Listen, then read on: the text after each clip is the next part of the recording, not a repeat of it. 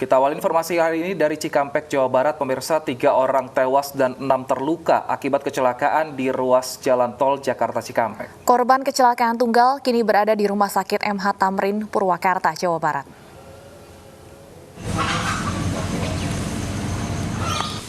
Tiga korban tewas merupakan pengemudi minibus dan 2 penumpang, yaitu Henry 21 tahun dan Melani 2,5 tahun tewas di lokasi kejadian. Sementara 6 korban luka berat dan ringan dirawat di Rumah Sakit MH Tamrin, Purwakarta. Kecelakaan terjadi di kilometer 70-800 di tol Cikampek yang mengarah ke Jakarta. Menurut seorang penumpang bus yang selamat, diduga pengemudi mengantuk dan mengakibatkan minibus oleng, lalu terbalik dan masuk ke parit di pinggir lajur tol. Bangkai minibus travel yang rusak parah diamankan di kantor Jasa Marga depan gerbang tol Cikampek. Kasus kecelakaan maut ini ditangani petugas unit laka lantas Polres Karawang. Meninggal 3. Masih sementara.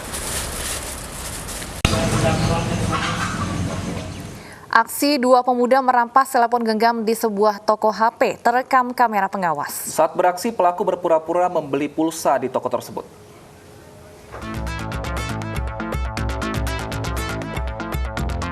Aksi 2 pemuda merampas telepon genggam di sebuah toko HP terekam kamera pengawas. Saat melancarkan aksinya, pelaku mengendarai sepeda motor. Salah seorang pelaku kemudian pura-pura membeli pulsa di konter yang berada di kota Palembang, Sumatera Selatan itu. Saat karyawan toko lengah, pelaku langsung merampas telepon genggam yang ada di dalam etalase. Oh, itu punya teman, karena kan posisi saya lah sudah balik. Nah, dia tuh di sini, DWA, nyambung. Pas dia nyambung, yang punya konter telepon, katanya, asih katanya, itu Rosnarmenya kejamret. Nah, posisi sudah, datanglah sini, pas datang sini dia lagi nangis. Ternyata, pas sudah hancur ya lor, pas di CCTV, artinya, apa? Dia nih ngejul apa ini lah. Korban telah melaporkan kasusnya ke polisi dan saat ini ditangani kepolisian sektor wilayah Sako, Palembang. Dari Palembang, Sumatera Selatan, Firdaus, iNews melaporkan. Jenazah bocah R usia 9 tahun korban pembunuhan di Aceh Timur dimakamkan pada Minggu sore. Pelaku pembunuhan sekaligus pemerkosa ibu korban telah ditangkap polisi.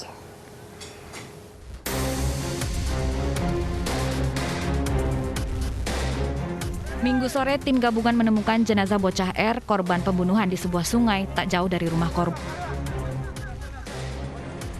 Jenazah langsung dibawa ke Rumah Sakit Umum Langsa untuk divisum. Dari hasil visum ditemukan beberapa luka berat akibat benda tajam pada wajah dan leher korban.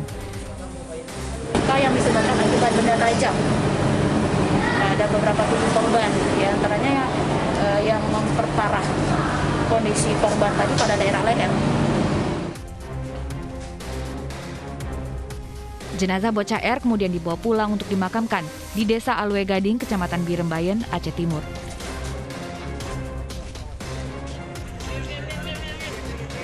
S, pelaku pembunuhan bocah R sekaligus pemerkosa ibu dari R, diringkus polisi pada Minggu pagi di ladang sawit. Pelaku bersembunyi tidak jauh dari tempat tinggalnya.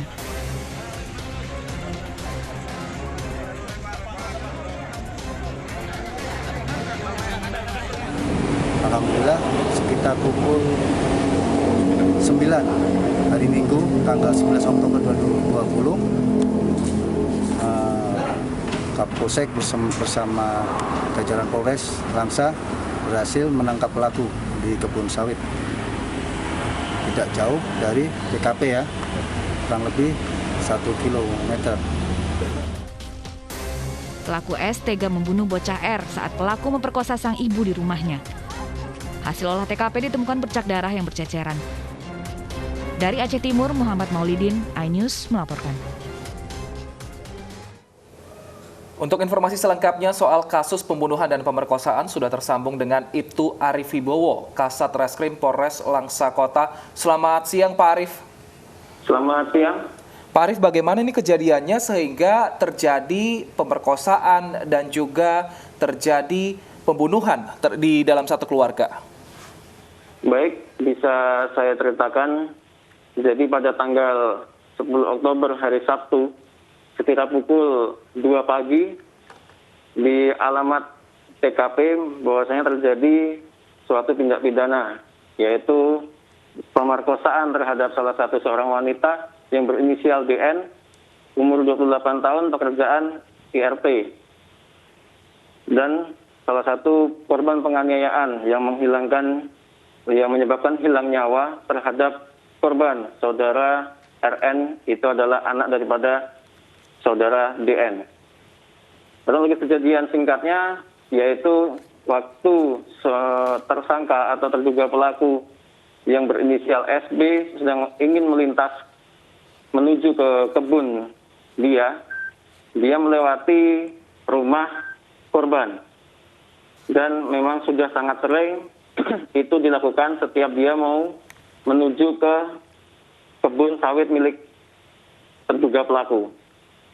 Karena dilihatnya mungkin ada kesempatan dan mengetahui bahwasanya suami daripada korban tidak ada di tempat, karena pekerjaan daripada suami sendiri adalah mencari udang pada waktu malam hari. Kemudian terduga pelaku berinisial SB masuk ke rumah melalui pintu depan dengan mencongkel kancing pintu. Dan setelah masuk ke rumah, kemudian terduga pelaku DN langsung membangunkan korban inisial DN sehingga korban terkaget. Kemudian korban langsung berteriak karena memang merasa sudah terancam mungkin akan diperkosa. Setelah korban teriak, kemudian korban mencoba melakukan perlawanan. Baik Pak Arief, apakah artinya pelaku ini sudah mengenal korban dan keluarganya? Untuk mengenal sudah, karena itu adalah tetangga daripada korban, namun hanya sebatas tetangga dan tidak ada hubungan khusus antara keduanya. Motif pelaku apa, Pak? Untuk motif pelaku sendiri karena pelaku ingin memperkosa saudara DN. Untuk motif pelaku membunuh anak dari korban sendiri apa Pak Arief? Jadi waktu ada percobaan perlawanan daripada si anak untuk melindungi ibunya, mungkin pelaku juga merasa kesal dengan anak tersebut sehingga pelaku langsung menebas goloknya ke arah si anak di bagian dada, bagian perut, dan bagian leher. Baik, Pak Arief, bagaimana saat ini kondisi ibu yang menjadi korban pemerkosaan? Untuk kondisi sendiri, kondisi ibu sendiri bahwasanya sekarang dirawat di salah satu rumah sakit di Kota Langsa dan sudah diberikan pengobatan sampai saat ini dan juga terapi trauma supaya kondisi psikis daripada si ibu bisa kembali normal. Selain diperkosa, apakah memang ada penganiayaan atau luka fisik yang dialami ibu ini sehingga harus menjalani perawatan di rumah sakit, Pak Arief? Untuk luka fisik terdapat beberapa goresan dan juga semacam luka benda tajam dan sudah dilakukan perawatan jahitan terhadap luka-luka tersebut. Memang ada perlakuan kontak fisik yang diakibatkan dari benda tajam. Saat ini pelaku diancam dengan undang-undang apa, Pak? Untuk pelaku sendiri kita kenakan pasal 338, junto 340, junto 285, junto 351 ayat 2 KUH pidana dengan ancaman hukuman maksimal 20 tahun penjara dan pasal 80 Undang-Undang Perlindungan Anak dengan ancaman maksimal 10 tahun penjara. Baik, terima kasih atas informasinya Ibtu Arief Wibowo, Kasat Reskrim Polres Langsa Kota. Pemirsa, seorang bocah berusia 10 tahun tewas setelah terjatuh dari lantai 3 proyek pembangunan masjid. Saat kejadian, petugas proyek sedang libur sehingga tidak ada yang mengawasi proyek pembangunan.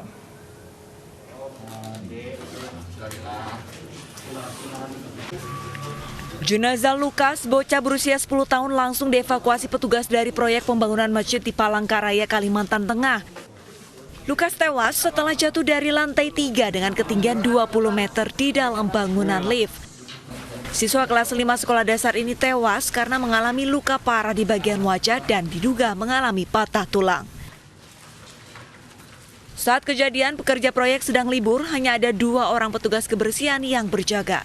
Korban dan temannya pun sempat ditegur untuk tidak bermain di kawasan proyek. Pas kebetulan hari Minggu itu kan lagi off, lagi istirahat. Sekarang ini ya? Mungkin ada 2 orang bersih-bersih yang menjaga di sini. Gitu aja sih, tahu-tahu mereka itu ditegur. Taunya lari kemana nggak ngerti. Yang jelas ya mereka karena diusir suruh pulang. Nggak tahunya ya nggak ngerti malah ke atas gitu loh. Guna kepentingan penyelidikan, jasad korban dievakuasi petugas ke Rumah Sakit Umum Daerah Dr. Doris Silvanus Palangkaraya, Kalimantan Tengah untuk divisum. Sementara teman-teman korban dan saksi dimintai keterangan oleh kepolisian. Dari Palangkaraya, Kalimantan Tengah, Adesata, iNews melaporkan. Seorang kakek di Kalimantan Selatan tega mencabuli cucunya sendiri. Bahkan korban yang berusia 18 tahun tersebut sudah dicabuli sebanyak 7 kali.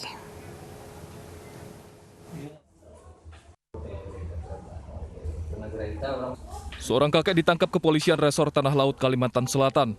Kakek berinisial SAR ditangkap karena mencabuli wanita berusia 18 tahun yang merupakan cucunya sendiri. Kakek warga desa Ketapang ini mengaku perbuatan tidak senonoh itu dilakukan di belakang bengkel tempatnya bekerja. Parahnya, pencabulan dilakukan hingga 7 kali.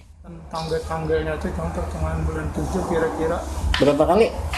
Pertengahan bulan 7. Mau keringat lah, kalinya tuh seperingat ulun kurang lebih 7 kali. Kurang lebih 7 kali ya. Korban yang mengalami keterbelakangan mental kini diperiksa dengan mendapatkan pendampingan, sementara pelaku sudah ditahan. Oleh karena itu, saat ini terhadap pelaku dan korban kita lakukan pemeriksaan dan telah dilakukan penahanan terhadap pelaku dikenakan pasal 81 Undang-Undang Nomor 35 Tahun 2014 tentang Perlindungan Perempuan dan Anak.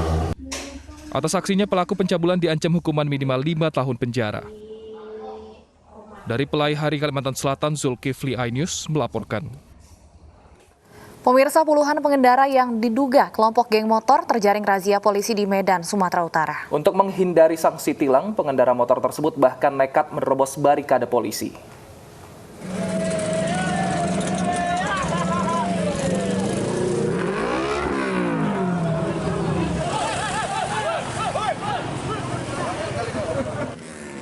Pengendara sepeda motor yang diduga anggota geng motor kocar-kacir saat dirazia Satlantas Polrestabes Medan, Sumatera Utara. Sebagian dari pengendara bahkan nekat menerobos barisan polisi untuk meloloskan diri. Pada razia Minggu malam, selain memberi sanksi tilang bagi pemotor berknalpot bising, polisi juga menyita puluhan sepeda motor yang tidak sesuai standar. Kita tetap melakukan penindakan terhadap para pengguna-pengguna knalpot long ataupun wrong yang kita curigai, kita duga mereka adalah dari kelompok-kelompok geng motor.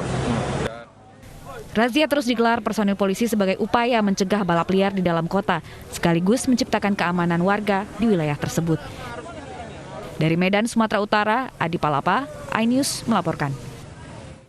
2 kelompok warga terlibat tawuran di Makassar, Sulawesi Selatan. Di lokasi ditemukan bom molotov, senjata tajam hingga panah yang diduga digunakan 2 kelompok untuk tawuran.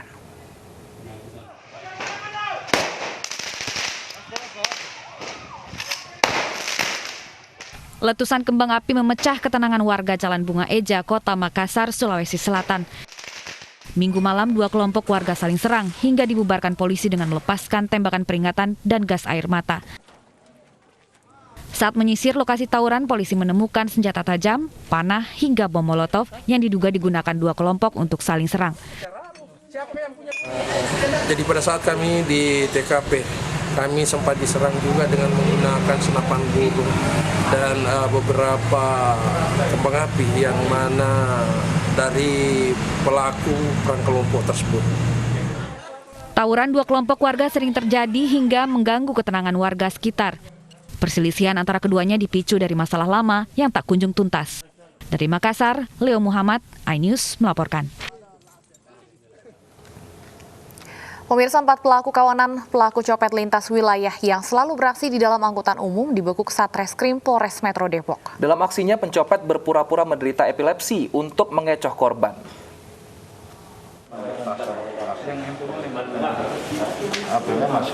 Sekumpulan jimat ini rupanya tak cukup sakti untuk melindungi 4 kawasan pencopet ini. Mereka diamankan Polres Metro Depok setelah aksinya ketahuan sopir angkot yang penumpangnya hendak dicopet.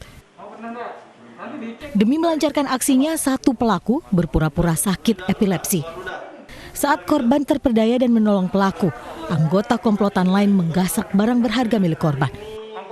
Para pelaku yang ditangkap ini adalah copet jaringan lintas wilayah yang selalu beraksi di dalam angkutan umum.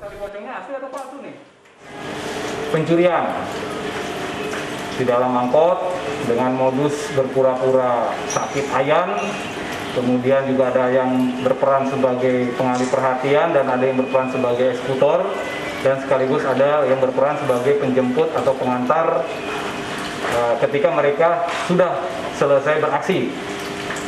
Diketahui oleh warga, kemudian juga ada dari warga diinformasikan kepada Polres Metro Depok, dan saat ini para pelaku diduga pencurian tersebut sudah berada di Polres Depok untuk dilakukan proses penyelidikan dan penyidikan lebih lanjut.